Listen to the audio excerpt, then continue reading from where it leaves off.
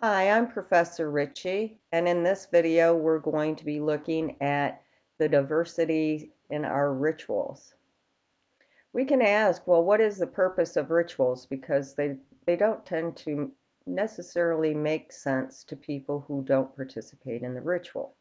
So how do rituals impact how cultural groups complete tasks for society?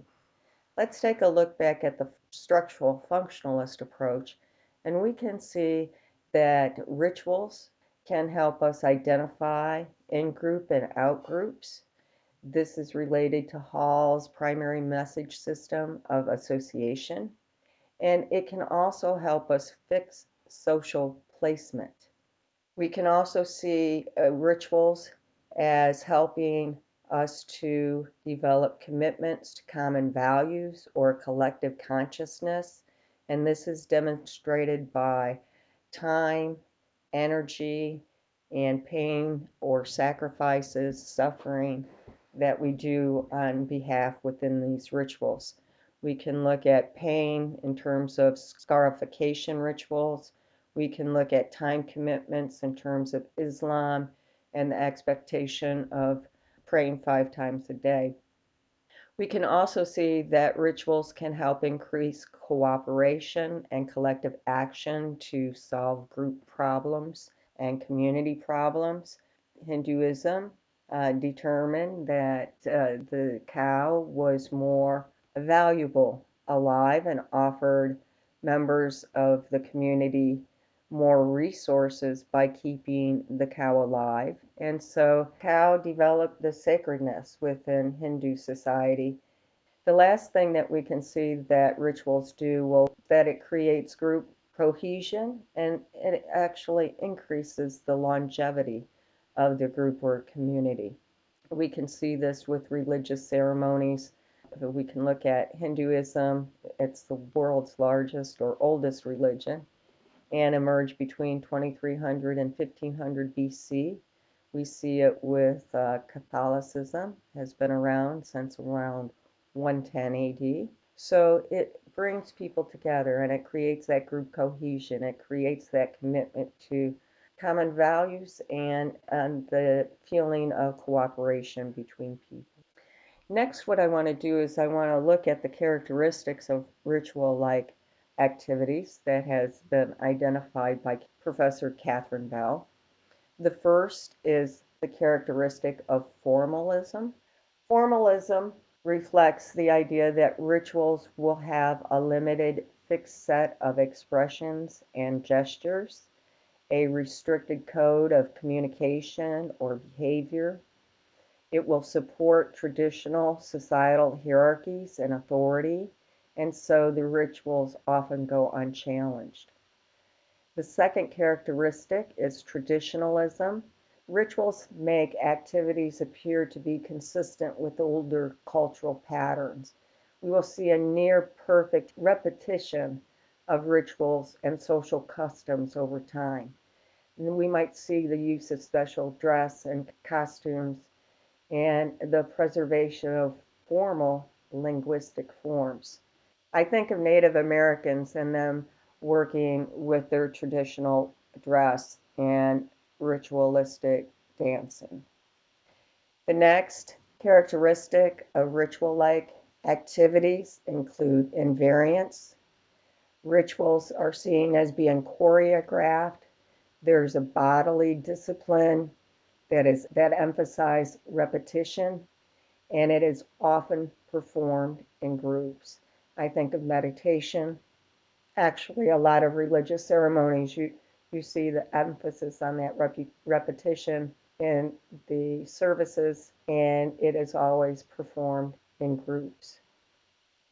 The next characteristic is rule governance. And here the rules govern the interaction between the participants, and the rules will govern individual action. I like to think of sports. Can we consider sports ritualized combat? Finally, we have a sacral symbolism as the last trait of ritual-like activities. And we'll see many symbolic or material objects that represent something abstract. These symbols embody values, feelings, ideals, and they'll evoke an emotional attachment. I think of people wearing the cross or the Star of David, and I also think in terms of rituals that are associated with the American flag, the Pledge of Allegiance, and the playing of the national anthem. That's a ritualistic like behavior and action. Catherine Bell also identified 4 categories of ritual action. The first are rites of passages, and these are rituals associated with the life cycle. It marks a person's transition from one stage of life to another. It usually involves a status change. Coming of age initiations, which indicate a status change from childhood to adulthood. We also see rites of passages associated with marriage and death. I think about the old Victorian era post-mortem family portraits. The second category of ritual action are rites related to time. Calendar rites give socially meaningful definitions to the passage of time, and they occur only periodically but predictably. We have seasonal rituals that reflect this. They attempt to influence or control nature. In agricultural societies, they might focus on planting and harvesting. In pastoral societies, they focus on grazing and moving the herd. We also have commemorative rituals that are recalling important and historical events. It's our connection of the past to the present. Some of these things might include Hanukkah or Bastille Day in France or the 4th of July in the United States. The next is the idea of exchange and communion rites. Exchange and communion rites are ritual offerings to a god or gods with the expectation of something in return, in exchange. It's direct offerings given to please or placate the divine. There's an assumption that there's an interdependence between humans and the divine, and these rituals express deep devotion to the divine. We can see that in Hinduism with they have a daily worship ceremony where they invite a deity. Next are rites of affliction. Rites of affliction influence spirits that are thought to be affecting humans with misfortune. Spirits are usually those of the dead. They're blamed for problems in hunting, women's reproductive disorders, and illnesses. Misfortunes are seen as being caused by individual action, either through sin or karma. And it's our attempt to heal or to protect or purify against these evil forces.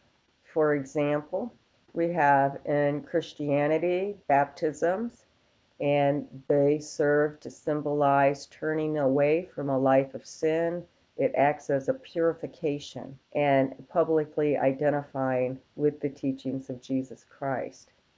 We can also see some of this within acupuncture and the acupuncture charts that are used in China. And they see disease or physical disharmony is caused by this imbalance between these two forces in the body. And the goal of acupuncture is to bring the yin and the yang back into balance and thus restoring health. We also see rituals associated with protection, and I think about Catholics and their patron saints. You can begin to see that our rituals have different purposes and different categories that we can identify with. Rituals are very interesting to observe, if you're interested in looking at some rituals, I recommend National Geographic's Taboo series. Next, we're going to start looking at diversity and our statuses and roles. This is a very important area in terms of understanding our intercultural interactions. Okay, we'll see you soon.